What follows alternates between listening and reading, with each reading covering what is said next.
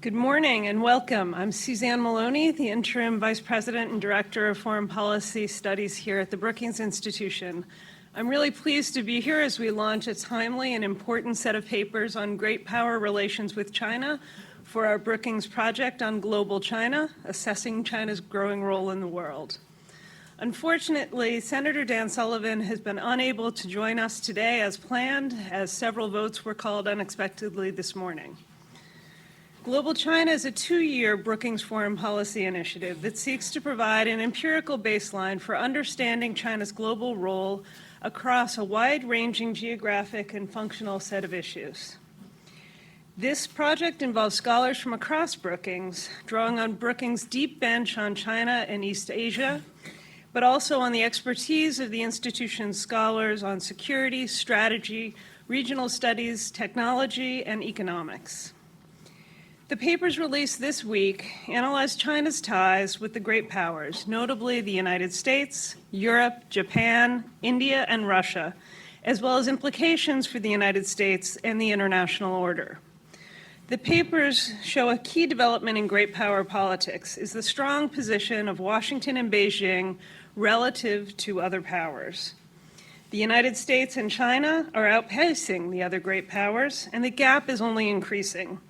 Simultaneously, the relationship between the United States and China is deteriorating quickly.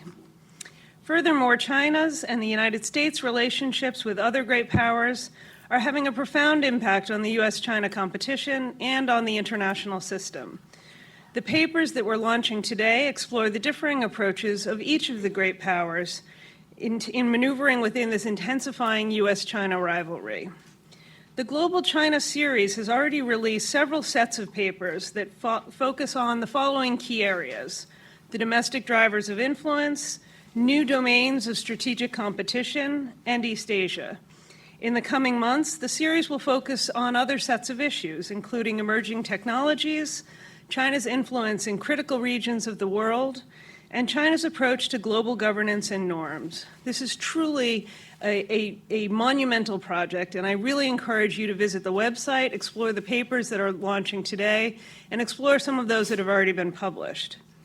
At the core of this initiative is persistent engagement with policymakers to ensure that our research remains insightful, innovative, and relevant.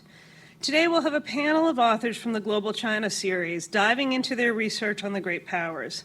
We'll hear from Ryan Haas on US-China relations, Tanvi Madan on India's relationship with the US and China, which I'll note is the focus of her recently published book, Fateful Triangle, available in our bookstore outside, Maria Solis on Japan, and Angela Stent on Russia, all moderated by Tom Wright, who will also speak to China's relationship with the European Union.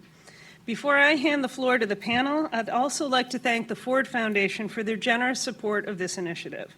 And with that, Tom and the panel, I welcome you to the stage.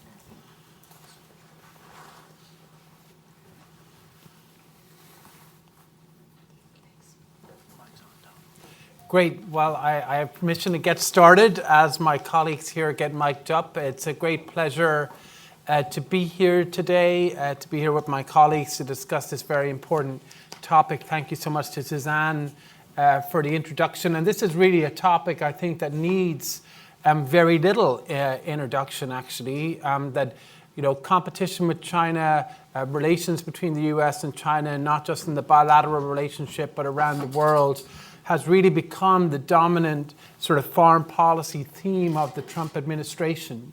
And we've seen over the last few years very significant developments on US-China policy.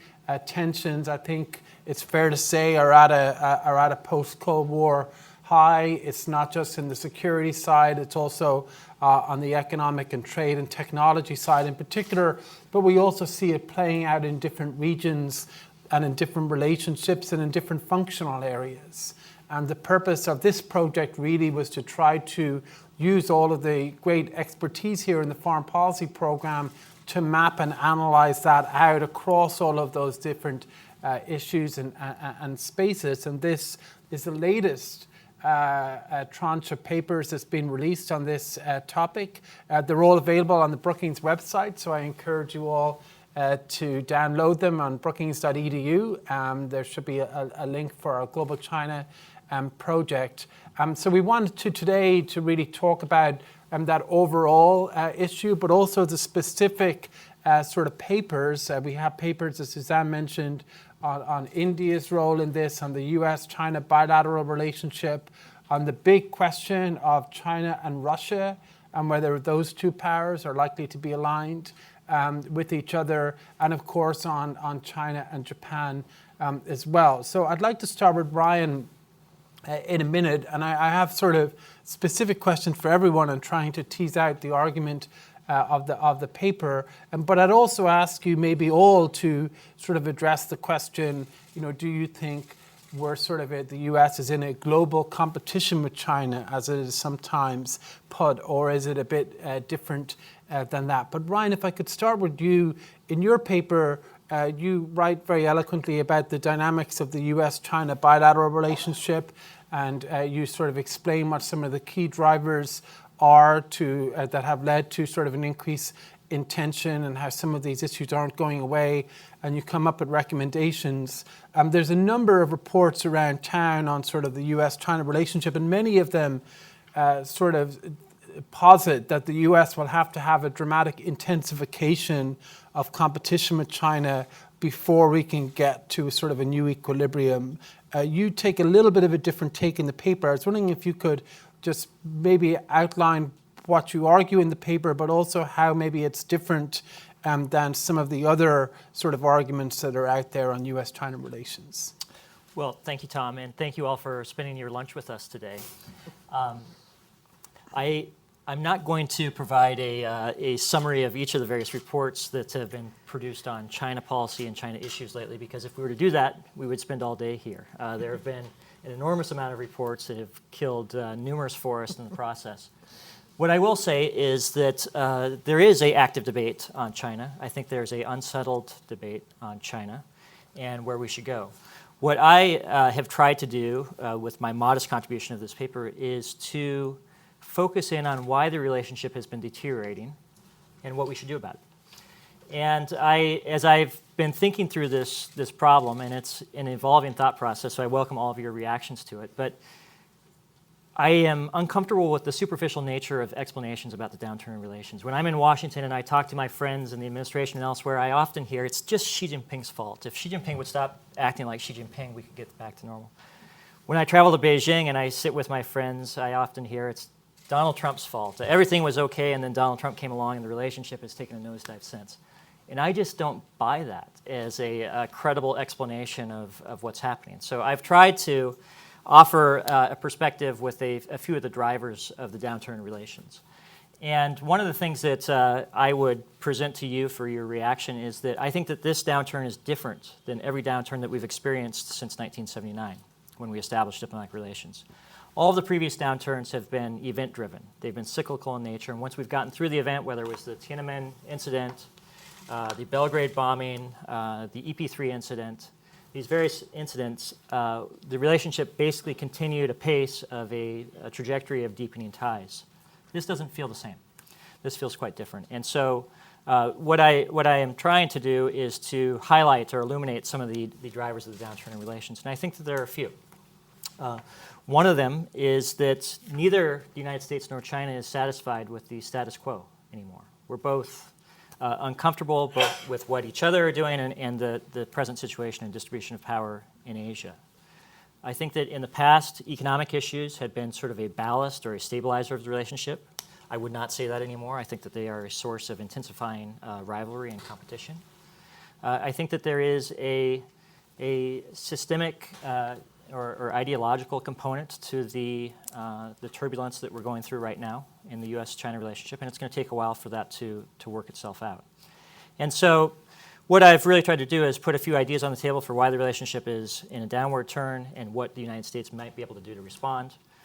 To get to your question, Tom, I guess I'm not yet persuaded of the view that intensification of competition is a prerequisite for us to move forward. The question that I would ask is, for what purpose? To what end? I think strategy needs to be defined by what objective we're trying to seek.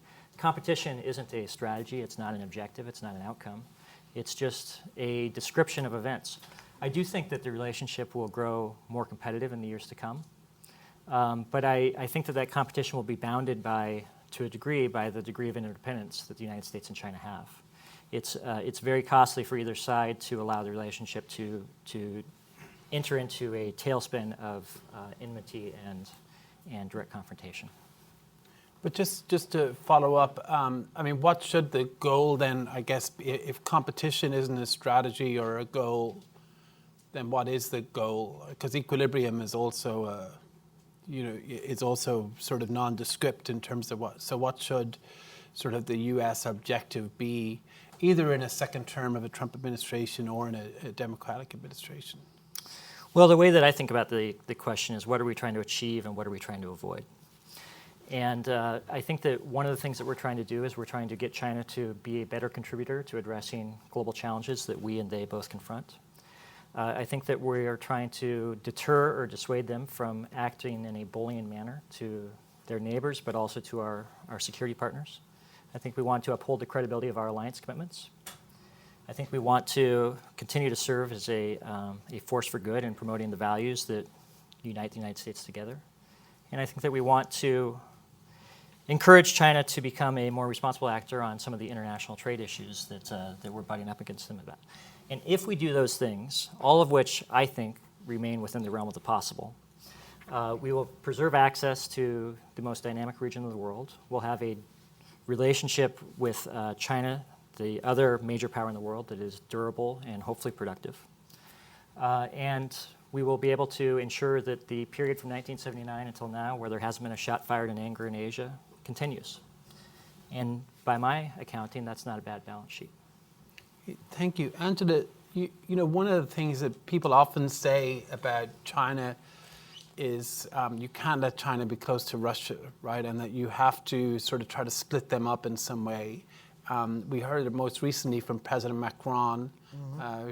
Everyone seems to want to channel their inner Henry Kissinger on this, and it sounds like a very interesting and sort of bold foreign policy move. But in your paper, you basically say, forget about it, that they're not going to be split up, that there are sort of key drivers as to why they will be more closely aligned, even if they have differences. Could you unpack that a little bit and just say, what the sort of geopolitical implications of that are for sort of U.S. policy toward both Russia and China? Sure. So great to be here. We've come a long way from Nixon and Kissinger playing the China card. There is no such card anymore. If anyone has cards, it's the Chinese in this triangular relationship.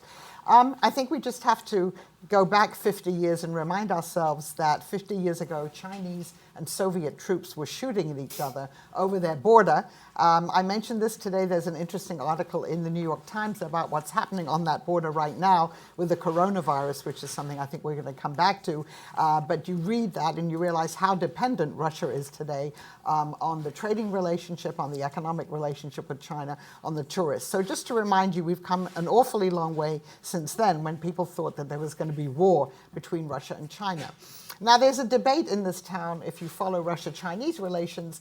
On the one side, people say, oh, this is an axis of convenience. There are too many asymmetries. They're suspicious of each other.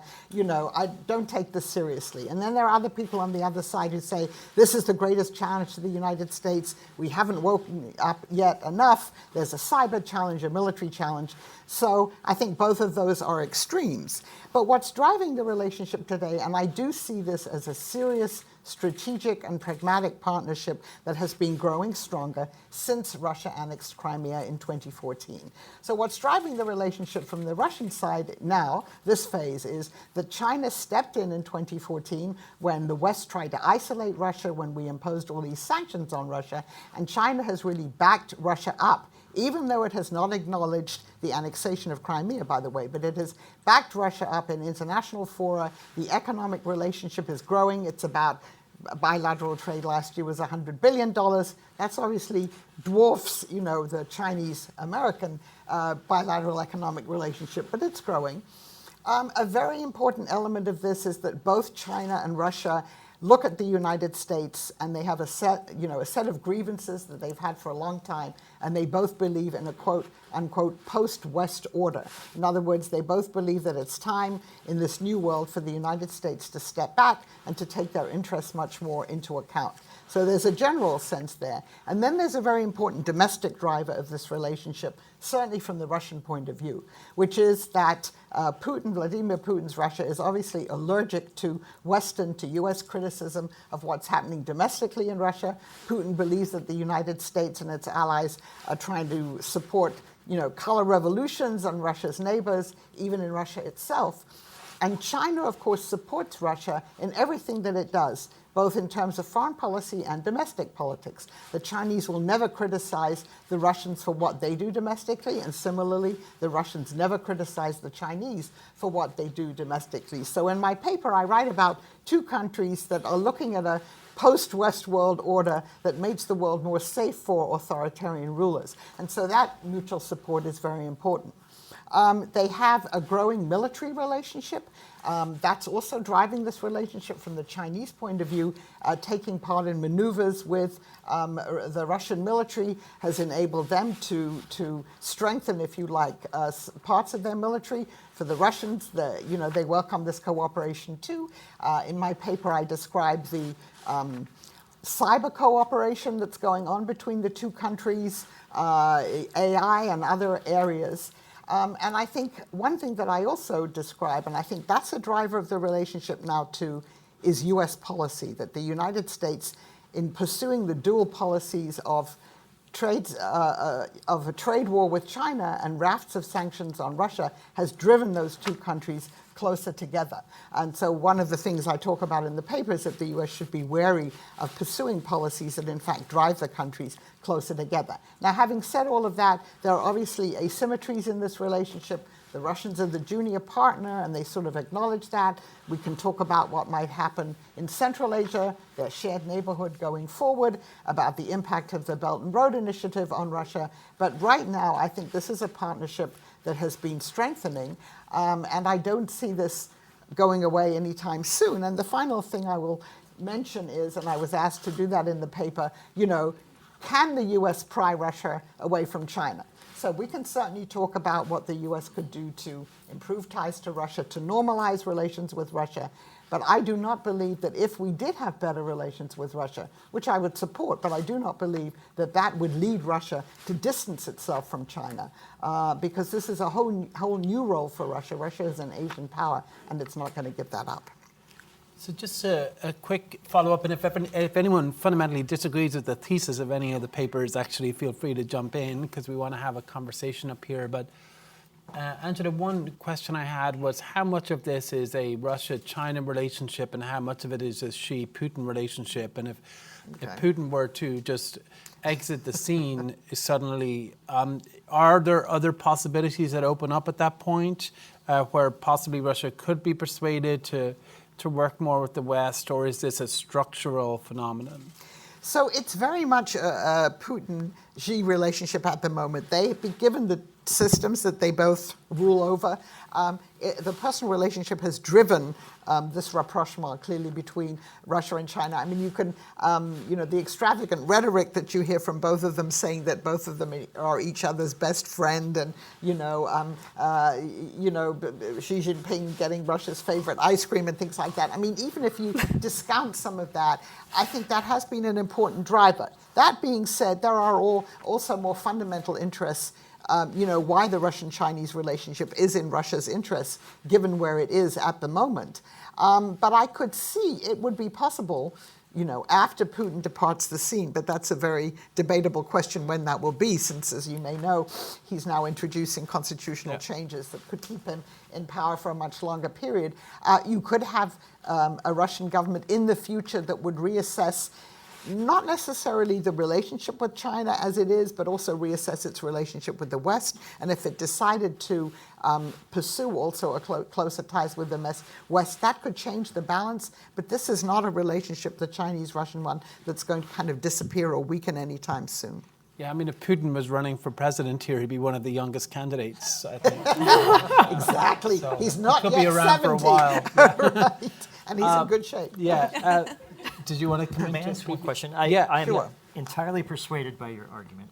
The Yeah. question that I had is, and I also agree that pursuing mutual animosity towards Beijing and Moscow simultaneously is pretty strategically unsound. Yeah. Do you think there is a way to slow the rate of convergence between Beijing and Moscow? Well, I mean, it's possible that, yes. So in the paper, I go into some steps that U.S. could take that could possibly slow some of that. But that would involve issues that are domestically completely impossible at the moment. We're talking about removing sanctions on Russia. You know, you hear the opposite now. They want more sanctions because of the election interference. It would involve probably having a very different attitude towards Ukraine, you know, recognizing the annexation of Crimea and possibly saying Ukraine should remain or be, you know, a neutral country. In other words, there are things that could be done theoretically that could lead to Russia maybe rethinking some issues, but domestically in the United States, that's, you know, a non-starter at the moment. Just before we come to Maria, I mean, my own sort of experience on this is when you talk to people about how to, you know, cause some sort of divergence between Russia and China, the Europe experts all want to set out Asian allies and accommodate China, and the Asian allies all want to sell out European allies and accommodate Russia. I rarely hear them actually talking about concessions in their own neighborhood. But Maria, you may want to comment on that actually, because Japan, of course, and Abe has a long history now of diplomacy with Russia, and he's been arguing, you know, for sort of a softer line on Russia, partially to, you know, because of his current concerns about China. So feel free to comment on that if you like. But also in your paper, you talk, you write about the very interesting and sort of nuanced relationship between China and Japan. And of course, many people have counted Japan out, and you make a very good argument that we shouldn't do that, that Japan and China both offer very different sort of visions, particularly of economic order in East Asia. And we've seen intense sort of competition between the two, and also some diplomacy between the two as well in recent years. So I was wondering if you could just sort of lay that out for us. How should we think about that relationship, not just between China and Japan, but also between Abe and Xi? Sure.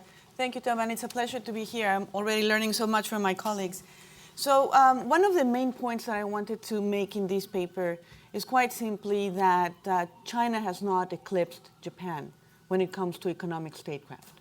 And there's such a dominant narrative, and the impulse, I think, is to just write off Japan as a country that has been suffering stagnation, deflation, that cannot put its own house in order. And if we stay with that narrative, we're actually going to miss a lot of the action, meaningful action in Asia, with important repercussions for the role that the United States can play in the region. Now, I'm not trying to deny reality. Of course, the statistics are there. Since 2010, China displaced Japan and became the second largest economy. China only joined the WTO in 2001. And nevertheless, in a very short number of years, China has become the largest trading partner for all countries in the region, Japan included. It is China who has captured our imagination and, of course, also created a lot of pushback with the launch of the Belt and Road Initiative.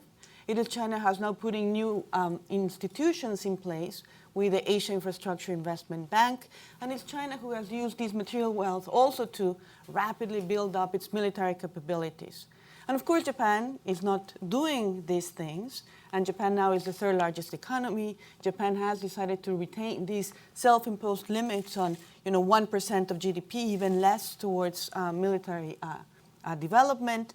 And nevertheless, if we were to assume that Japan is a has-been country, then we would not really know what is happening in development finance, and we would not really know what is happening in terms of building a regional trade architecture. So one of my goals in this paper was to dig data that I don't think is widely known. And just to give you a sense of what I found is, for example, if you look at the amount of loans that industrialized countries have made available, specifically ODA loans towards economic infrastructure, and you look at the past 40 years, I was very much surprised when I found that when you look at that cumulative total, Japan alone has provided 43% of all ODA contributions towards economic infrastructure. So if we think about one country that can actually be in contention with China for leading in development finance, we should look at Japan. No other country has with that kind of financial muscle. Then we should also think about foreign direct investment and the mobilization of private capital. And while it's true that China has become the top trading partner for all countries in Asia and certainly in Southeast Asia, China does not lead in Southeast Asia when it comes to foreign direct investment. It is the United States and Japan. And when you look at the role of the private sector, project finance for infrastructure, Japanese banks are in the lead. So again, there's a lot there that's happening that perhaps we're not aware of. Now, what I think it's important also is that I find that, Tom, that Japan and China are actually very savvy with their economic diplomacy and the role of development finance, because they're doing something that I am afraid that the United States is not doing enough, and that is to make sure that they do not come to the region and ask countries to make a choice. They're not putting a binary option in front of developing countries in Asia, because nobody wants that. And therefore, I think that that gives more traction to both the development finance strategies of Japan and China.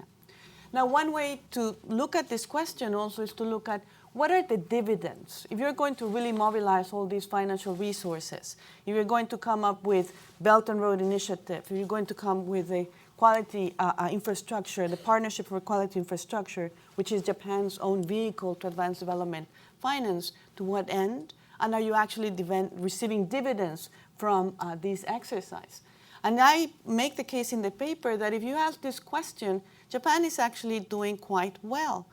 There are two main ways in which you can think about the political capital to be derived from a very robust economic statecraft in the region. One is, of course, to develop relations of trust with recipient countries. And, going by some very interesting survey data of the Institute for Southeast Asia Studies, Japan actually tops the charts when it comes to trust rankings. 62% of Southeast Asian countries see Japan as the most trustworthy country in the region. And can you guess which country actually is at the bottom? It's actually China, with 16%. Now, another very interesting dimension here is, for example, of course, we're all in the grips of these great power competition and tough relations between China and the United States, and how is Asia going to cope with this? Well, strategic diversification is an option. Again, which country do respondents in the region point to as the best alternative for that strategic diversification for ASEAN and for making up for the lack of engagement of the region, of the United States in the region? It's Japan. Now, another way in which you can look at how much political capital you derive from development finance is, well, donor-to-donor cooperation. And there are a couple of things that you can do here. One is to signal a commonality of purpose, and therefore you're coming together and putting together packages for economic development that have larger geopolitical undertones to them as well. And you can then also try to cultivate patterns, habits of cooperation between implementing agencies. Now, we know that China has some challenges, reputational challenges when it comes to the Belt and Road Initiative. Questions about how sound are the lending practices, what are China's underlying motivations. And therefore, many have suggested that China should multilateralize its Belt and Road Initiative. But there are very significant challenges to do that.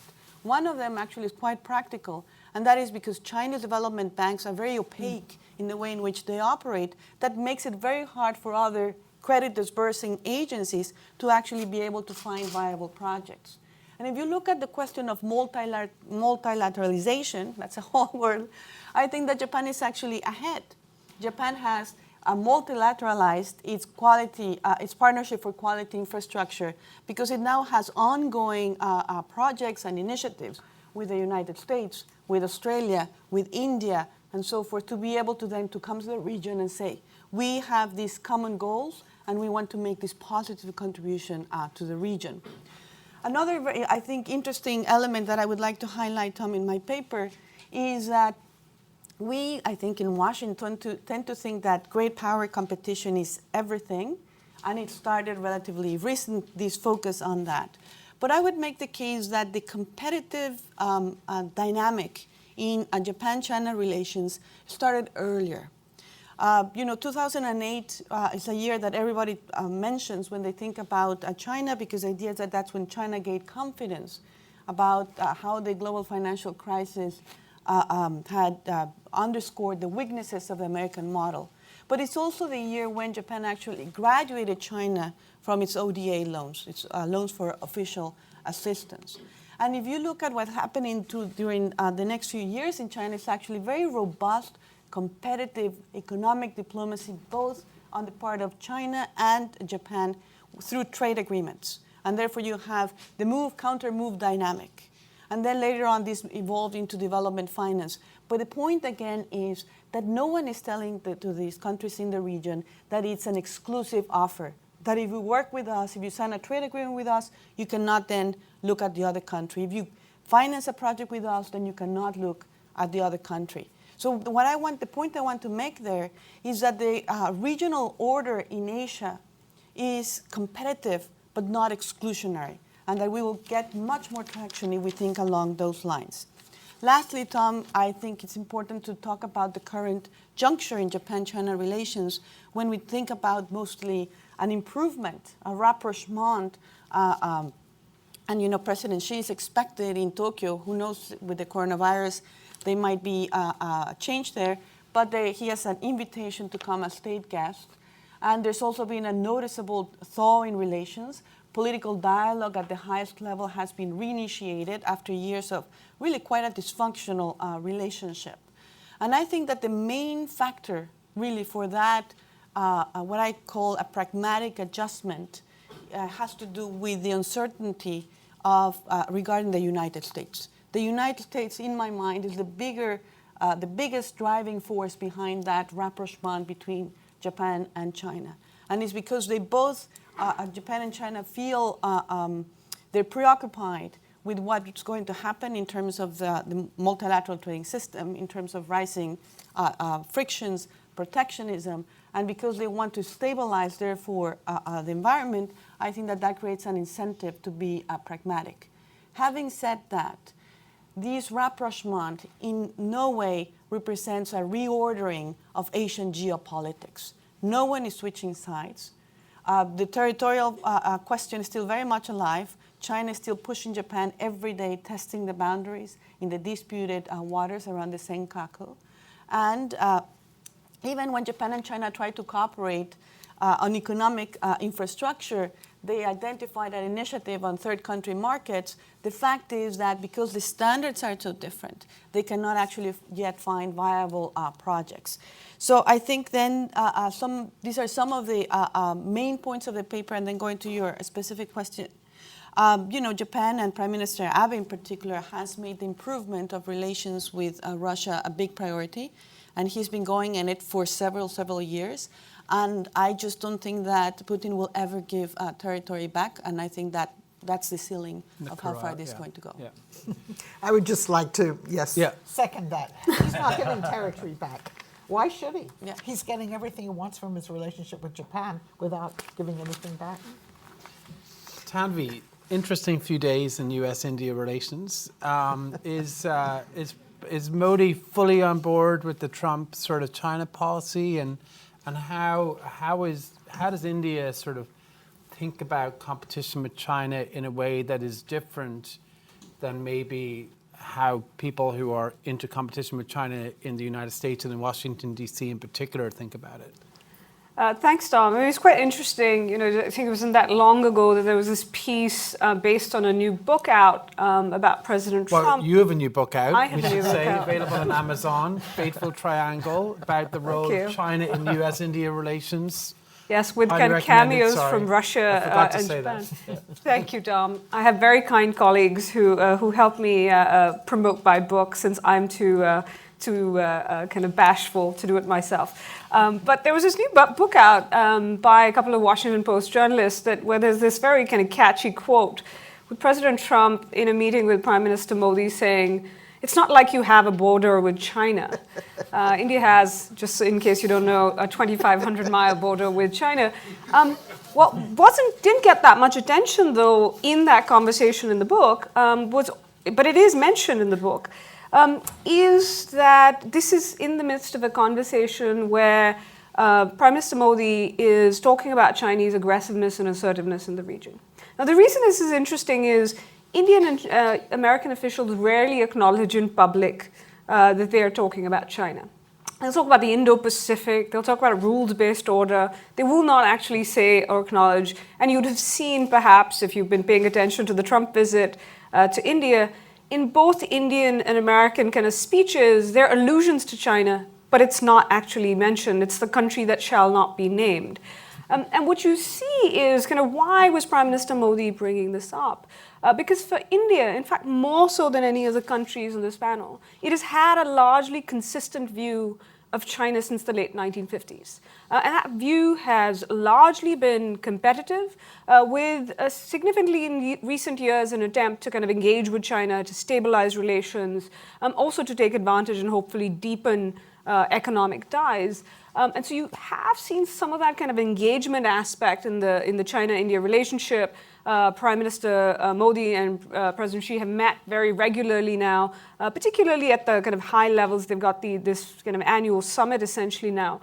But this remains a fundamentally competitive relationship for many of the reasons that actually the US has problems with, and Japan to some extent, with China. The boundary dispute that India has, it's the longest undemarcated boundary in the world, and it's existed since the two countries have come into existence, essentially.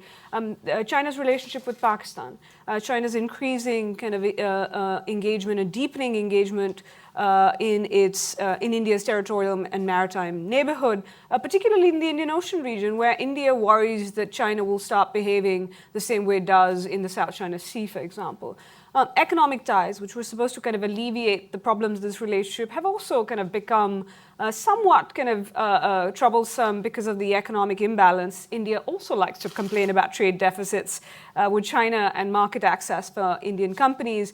China does the same as well. And for China, the kind of bugbear in the relationship is the presence of the Dalai Lama and Tibetan refugees in India, which still is a very sore subject for them. So there's this kind of range of issues with there's also this kind of fundamental lack of trust. India thinks far more about this relationship than China does. But for India, China is a major part of its kind of external strategic challenges alone and in conjunction with Pakistan. So I think there, in terms of a response, what India has done is try to build its own domestic capability, also try to engage China to mitigate some of those tensions.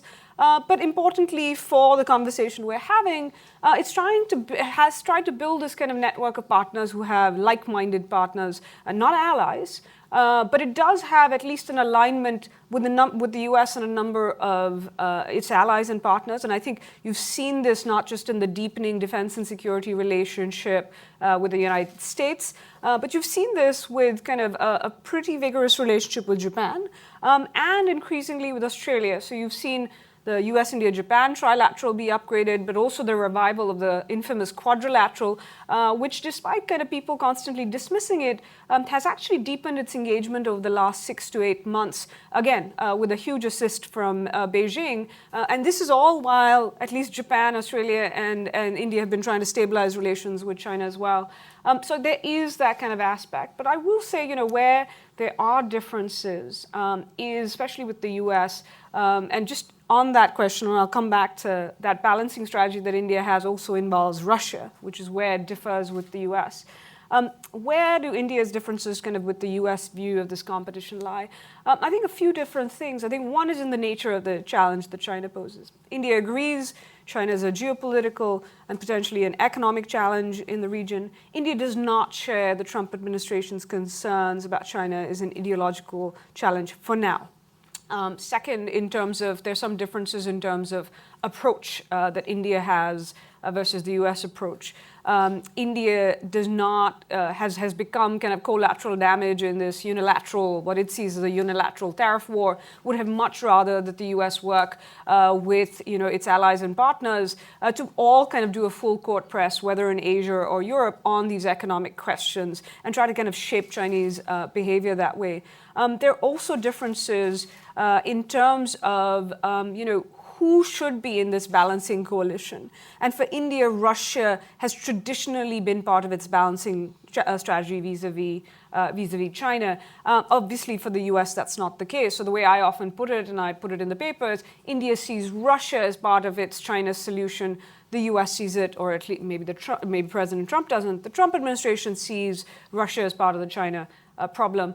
And that would necessarily not have mattered, but it does make a difference, for example, when India continues to acquire defense equipment like this S-400 air defense system from Russia, which creates problems for its deeper integration and cooperation with the US and creates problems on Capitol Hill for deeper defense engagement as well. Finally, I'll say, there are differences both in the US and Indian side, or at least questions about the other countries' willingness and ability to really kind of engage in this effective balancing strategy vis-a-vis China. And you'll notice I won't say containment, balancing strategy. I think the US questions, whether or not India is going to be particularly able, in the sense of, is the Modi government reforming economically enough? Is it maintaining social cohesion enough? Is it building its military capability enough to be able to play this role that the US envisions for it in the Indo-Pacific? India, on the other hand, has questions about whether or not potentially, what is going to happen with these discussions about retrenchment in the US.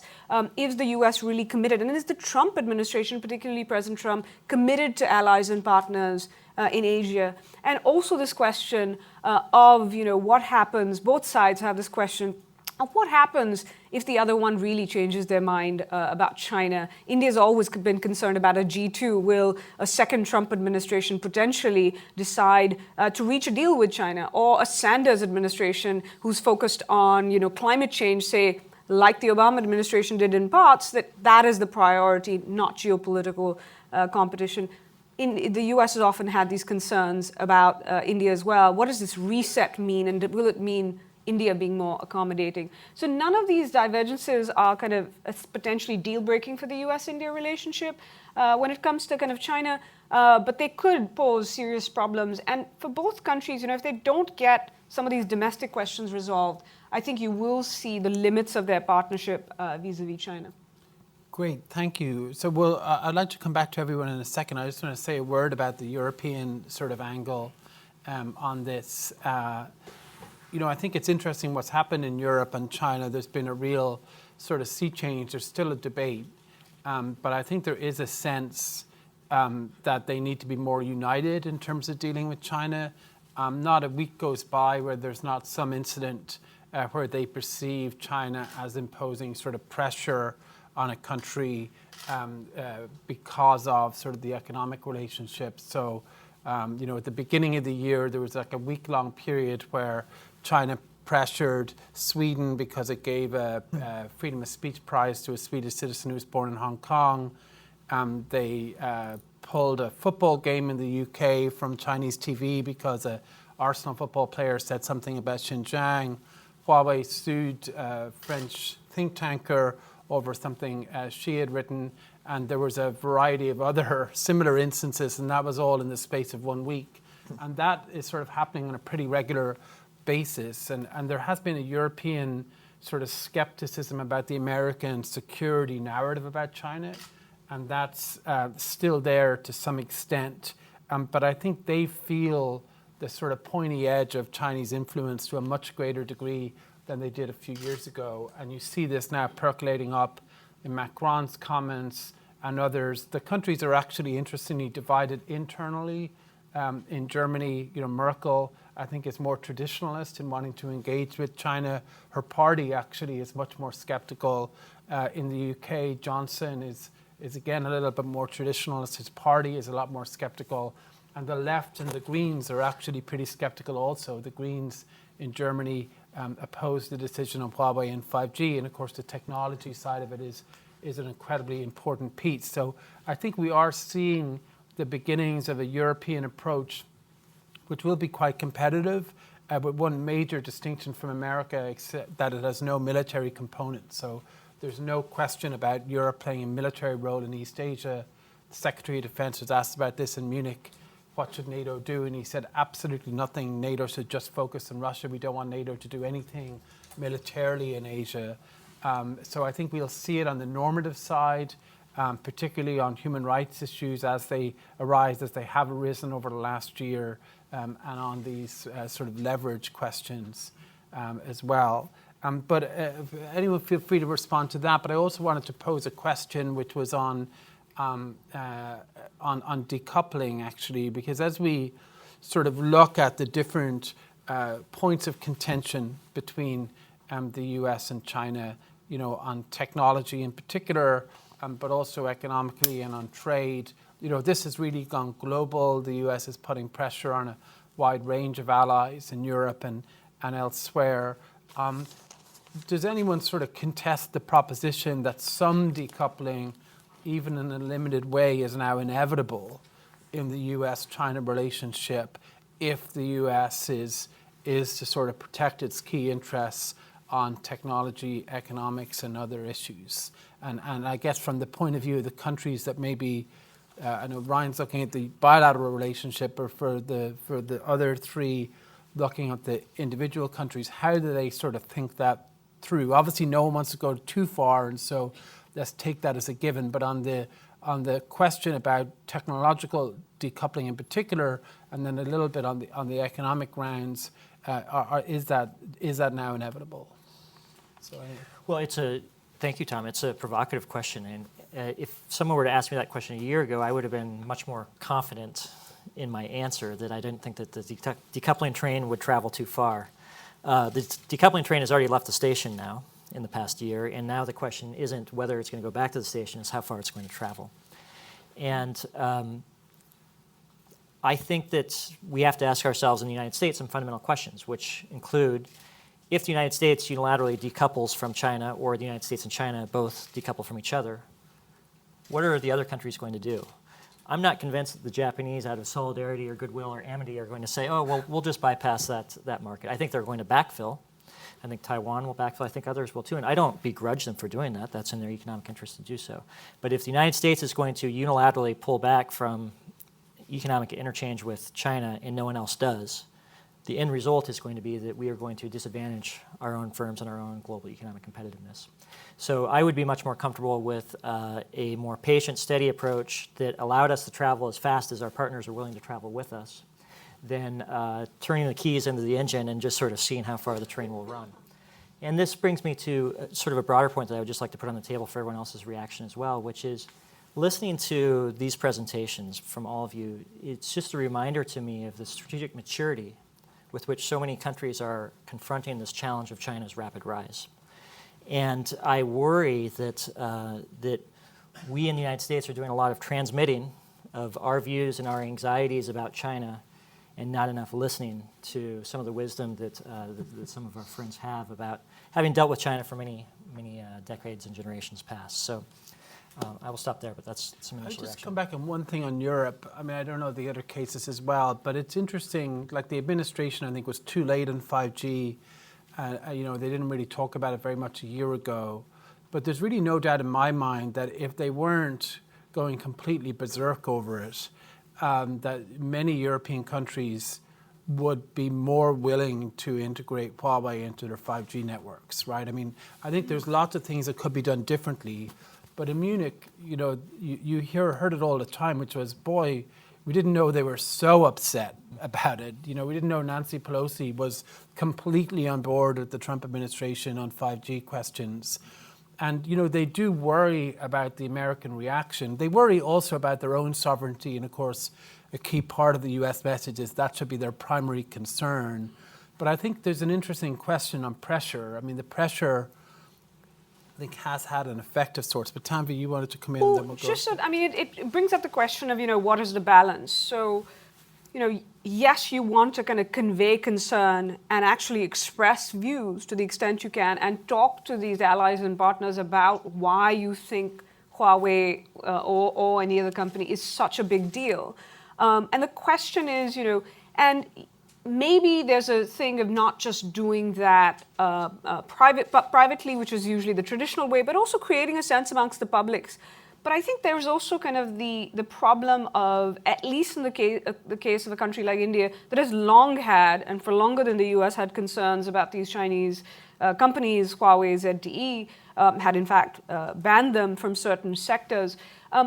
This, going so berserk and starting to talk about pressure, if you don't kind of linking this, that if you don't make this decision, and to be fair to the Trump administration, they haven't gone as berserk on India as they have allies, but if you go too berserk, then it's counterproductive, because then governments who have to say to their publics that, look, we want to make this decision for our reasons, suddenly looks like you're making a choice or doing it under US pressure. So this is where I think the Australians very early on came out and said, we are making this decision because of these reasons, and we're willing to talk to others. And they have, for example, talked to India, talked to others privately about their concerns, what they're doing about it. So I think the question is, how do you find that Goldilocks sweet spot where it's just right? And I think, we're probably Trump's past not that too point. great at That's that. right. It's not But his forte. funnily enough, in India, where he's incredibly stayed on message on a number of different issues, he also stayed on message on Huawei and found a way to say, didn't mention the word Huawei, talked about kind of telecommunications, the safety of critical infrastructure, and then said, look, you have to ask the question, is this the kind of company, he just laid out some standards and says, is this the kind of company you want? So I think, there is this question of how you do it. And I think the way it's being done sometimes, actually, because I do think a lot of these countries have the same concerns.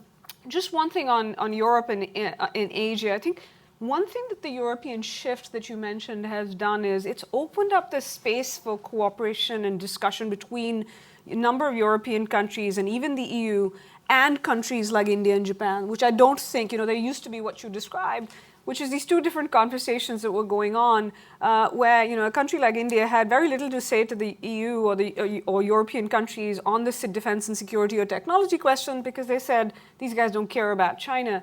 That's changed, and one of the issues they're talking about is things like, because after all, the alternatives available are European for now.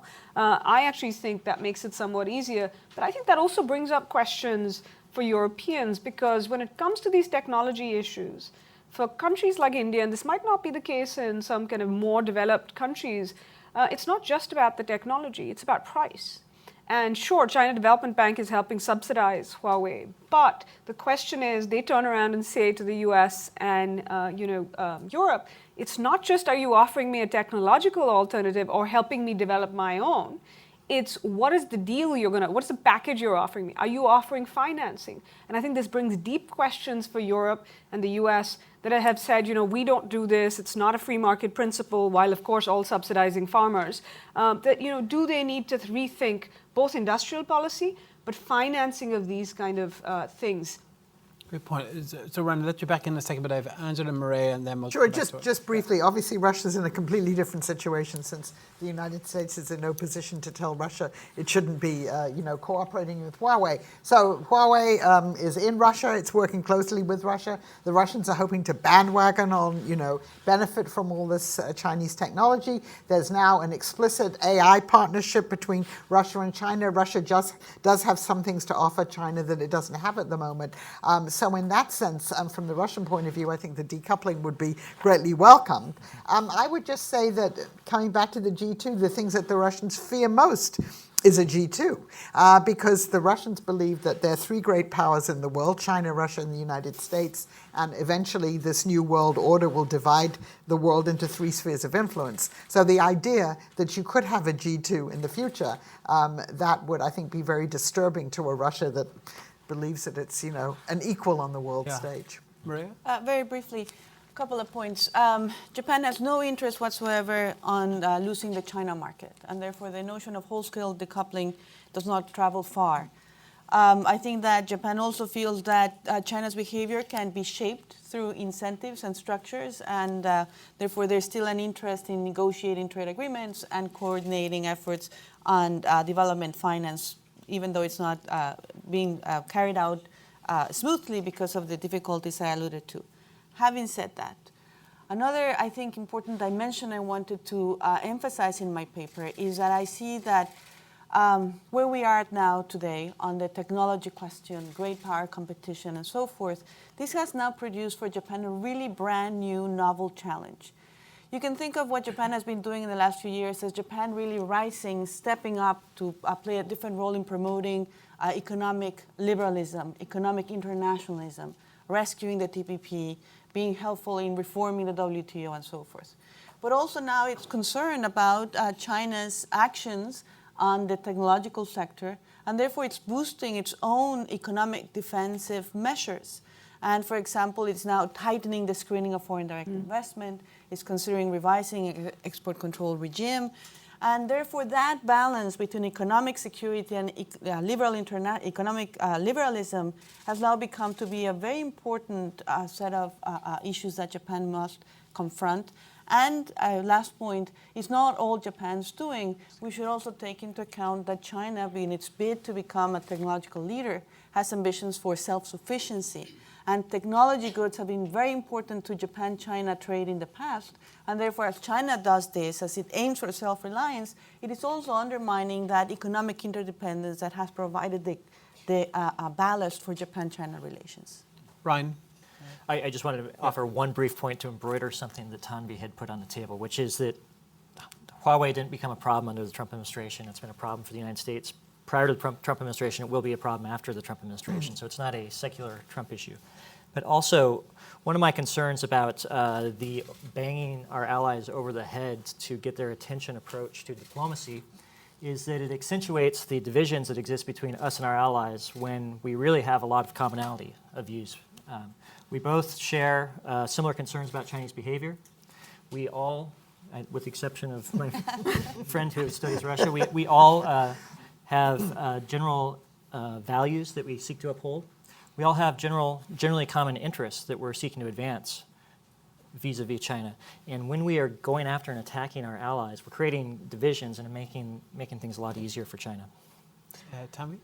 Just kind of very quickly, I think Maria's point about, interdependence might be reduced, it's not going away, it might even increase. I think the big question is how do you decrease your vulnerabilities as this interdependence persists? And I think you're going to see a lot of that, whether it's investment screening, export controls, but also for countries like Japan, the US, India, Australia, one of the key subjects of discussion, and the EU, is how do you also reduce smaller countries' vulnerabilities by offering them choice? And so I think it is going to be about that question. One kind of final thing on decoupling.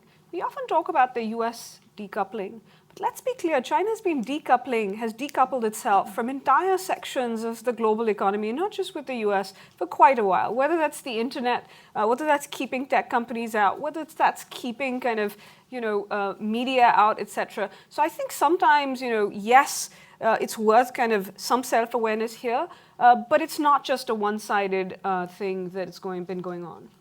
Great, thank you. I have a lot of more questions I want to ask, but we need to bring in our audience as well. So let's take maybe 3 questions at a time. And the first 3 I saw were in the first couple of rows here. So if we could bring up a microphone, or is there a microphone? Yeah, so they here on the side, yeah. And then just keep your hands to this gentleman. And there was another, yes. Thank you. And state your name, and also just make sure it's a question. Thank you. I'm Jean Ninh Nguyen with Voice of Vietnamese Americans. This question is to all the panelists. I would like to ask each of you to give the answer to what extent can the South China Sea be a convergence point for the international community to mitigate the damages of China's rise in many different ways, geopolitically, economically, militarily, and especially cyber and IT. This year, Vietnam is the chair of ASEAN, And in ASEAN, Vietnam is the only country yet not willing to go with Huawei. Is there anything that we can suggest to support? Tanvi told me about India, so I'm asking, we look up to India as a counterweight with your populations and the potential development. What would India do with the South China Sea? Thank you. Thank you. Right beside you, yeah. Thank you very much. My name is Bonnie Gerard, and I'd like to address this question to you, if I may. And I ask it from the vantage point of someone who has lived and worked in China for the majority of the last 33 years. So I was there when Gorbachev arrived. On the ground in China, it looks and feels like the Chinese-Russian relationship is brittle. That like a windshield, a windscreen, with just a small stone, it could completely shatter, as it did in the 50s when China threw Soviet Union out. Chinese and Russians, they don't socialize, they don't live together. There's a great deal of anecdotal, polite loathing, shall we put it. And I wonder what your feeling is about this in terms of the tactile relationship between China and Russia on the ground. Thank you very much. Thank you. And the gentleman here. Yep. Thank you. Ardalan Mobashe, University of Richmond.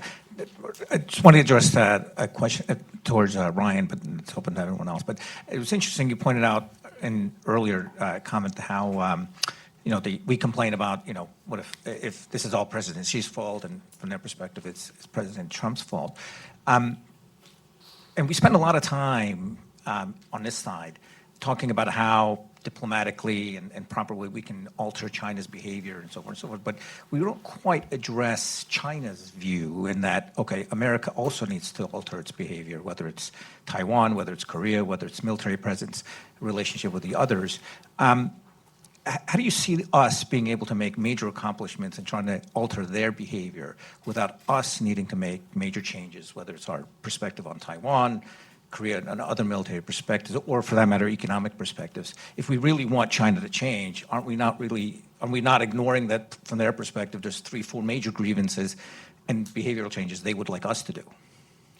Great. And we'll take maybe a fourth one over here, if you could spin the microphone over here, and then we'll come back to the panel. Yeah. Hi, my name is Laurel. I'm the principal of a Canadian Chinese school in Beijing, but I'm American. And I think building on that gentleman's question, maybe I'm sort of jumping to conclusions here, but I heard a tone from each of you of China being an adversary. And my question then is, how can we make the Chinese feel heard and feel honored as the world power that they're aspiring to be in a way that will be beneficial for the whole world order?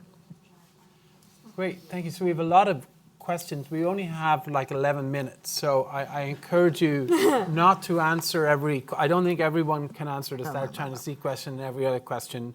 So maybe just pick one that you'd like to sort of comment on, and we can go. Answer, why don't we start with you? And if you want to also, we meant to bring up the coronavirus, we didn't get to it, but that might play into your answer as well, just on the relations between people. So I'm very glad that you raised that question, because there's obviously a huge difference between the government-to-government contacts between Russia and China and the contacts between people. So first of all, if you look at, Russians consider themselves to be Europeans. They really don't consider themselves to be Asians. They feel much more at home culturally with Europeans than they do with Chinese, and they will tell you that. Look at where Russians and Chinese sent their children to study. Both of them send their children to study either in the United States or somewhere in Europe. The number of Chinese students in Russia, it's growing now, but it's infinitesimal compared to the number of Chinese students in the United States, and the same with the Russians. So on a personal level, I agree with you. And if you look at this, public opinion data, particularly in the Russian Far East, you have 6 million Russians in the Russian Far East. It's becoming rapidly depopulated. You have 110 million Chinese on the other side in a much more modern environment. And there's a lot of mutual suspicion. So if we come back now to the coronavirus, for instance, The Russians have been taking very strict measures. I think no Chinese are now allowed to come to Russia. They've cut off nearly all of the flights. They've been very, very strict about it. And you see in the Russian social media comments made about Chinese having to do with, people's fear about the coronavirus that one wouldn't necessarily want to repeat here. So I think you're right that they have a long way to go on a kind of civil society and person-to-person level of cultivating a more amicable relationship between Russians and Chinese. And there are very deep-seated kind of nationalistic and almost xenophobic on both sides views of the population, and I think that will take a very long time to change. And it's not clear to me that either the Russian or the Chinese government is doing very much to change public attitudes, which is also interesting. Thanks. Maria? Well, maybe I should talk about coronavirus because I don't think any of the questions were directly on Japan. But as you know, Japan also has been affected by several cases, and Japan had the additional challenge of, the cruise ship. And there are also now some case of community dissemination of the disease. And the State Department actually now has raised the travel advisory just to level 2, but nevertheless, it's a rapidly evolving situation. And I think that this has presented a number of domestic and international challenges for Prime Minister Abe. On the one hand, one of the results of this improvement of relations was the marked increase in tourism from China into Japan. And now, of course, that tourism has dried up. But Japan actually, and this is hotly debated in Japan, the government did not impose the same type of restrictions on travel from China that, say, the United States did, only limiting travel from the affected provinces in China. It's not a blanket restriction. And there are some people, therefore, that believe that that was not sufficient. There's a lot of focus now on whether the response, the quarantine on the cruise ship was done properly or not, whether the infectious disease experts were given enough play in making some of those decisions. And there's other larger international repercussions. As I mentioned before, it's not clear whether the state visit that has long been planned and orchestrated will take place, but also keep in mind that Japan is hosting the Olympics in the summer, and whether that would be affected or not by the coronavirus is a great, great concern. One silver lining on all this, if I may, not to end this comment just with a sober note, is that this actually may be a huge boost to something that Japan badly needs, and that is reforms in work-life practices. And this may actually provide the impetus for Japan finally to agree to telecom working and these other measures that, given the corporate culture in Japan, had never gained any traction. And for the first time, we're seeing entire companies telling their employees, telework for 2 weeks. We had not ever seen that before. Interesting. Ryan or Tambi? One of the things, I'll address the question about the adversarial view, as well as just briefly the South China Sea one. In the paper, I describe India's approach, which is, and I characterize it as competitive engagement with Indian characteristics. There's the whole section on kind of, much like the Russia one, on what could change that to make India reevaluate, take a different view of China. I won't go into that there, but I will just say it is striking the three countries that are the kind of great powers represented here are all neighbors of China. And it is striking how many of China's neighbors take an adversarial view of that country. And as far as India is concerned, a lot of it is because of what they see as lack of reciprocity, as well that China expects to be respected, but that respect is not, those respected sensitivities, etc. Those are not reciprocated. And in the Indian experience, they've noted when they are too accommodating, too respectful, that actually leads to to adverse Chinese behavior. And so their answer has been that yes, they have made very clear that yes, we respect Chinese sensitivities. They, as the former foreign minister there said, we have a one China policy, why doesn't China have a one India policy?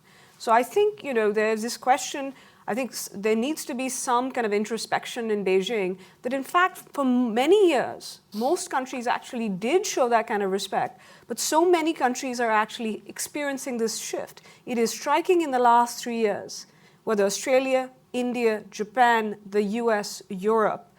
This is not because the Trump administration is telling everybody to kind of be more competitive. There's a reason that this trend is fairly secular in that sense. So I think, yes, China's been shown respect, but it also has to reciprocate that respect to other countries.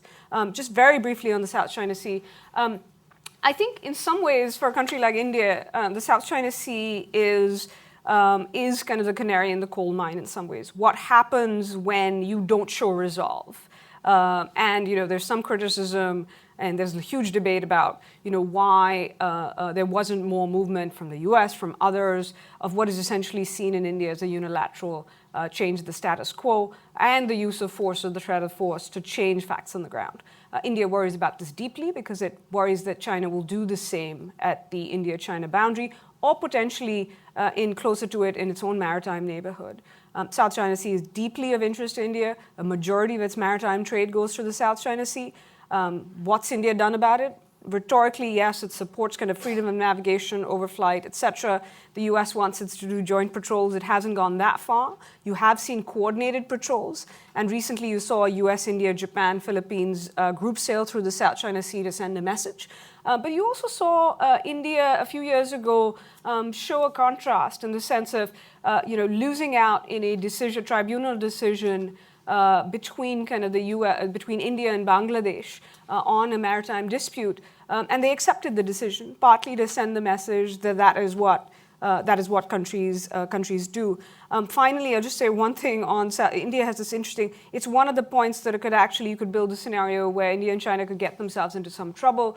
India actually, which has a close relationship with Vietnam, has an offshore. One of its state-owned oil companies has an offshore, kind of the rights to an offshore oil block there, and China is very unhappy about it. Has asked India to give it up. That hasn't happened, but you could potentially see that become a little bit of a friction point.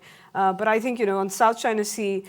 Sadly, I think many countries think maybe the horse has left the barn in some ways at least and just use it as a lesson. But I think they will hope that the US and allies and partners do more to ensure that it doesn't become even more deeply embedded. Or they'll probably all hope that whatever the little bacteria or whatever it is that is eating up these islands does their work really fast. Right. Well, I'm very mindful of your time, so I will be brief. But on the South China Sea, just to pick up on Tanvi's point, my view, and I may be a minority in this view, is that we find ourselves in sort of a mutually unsatisfying status quo. China cannot push the United States out of the South China Sea without risking conflict. The United States cannot push China off of its reclaimed features without risking conflict. So we're both stuck with each other. And I take heart, just to provide an optimistic note for us to end on, by the fact that India and Australia and Great Britain and France and Japan and Canada, along with the United States, have been sailing in the South China Sea over the past 12 to 18 months. I think that's a good directional sign of the fact that this is a more crowded environment, which shrinks the space for China to be able to throw its weight around. Great. I'm sorry, we're actually out of time. Unfortunately, I know there's a couple of people who still had questions, but I would like to thank everyone for coming, to thank our speakers. The papers are all available online, including the papers previously in the series, and there'll be more papers forthcoming in a couple of months. So I'd like to thank you once again, and with that, we're adjourned. Thank you. Thanks for watching. Be sure to like and subscribe for more videos from Brookings.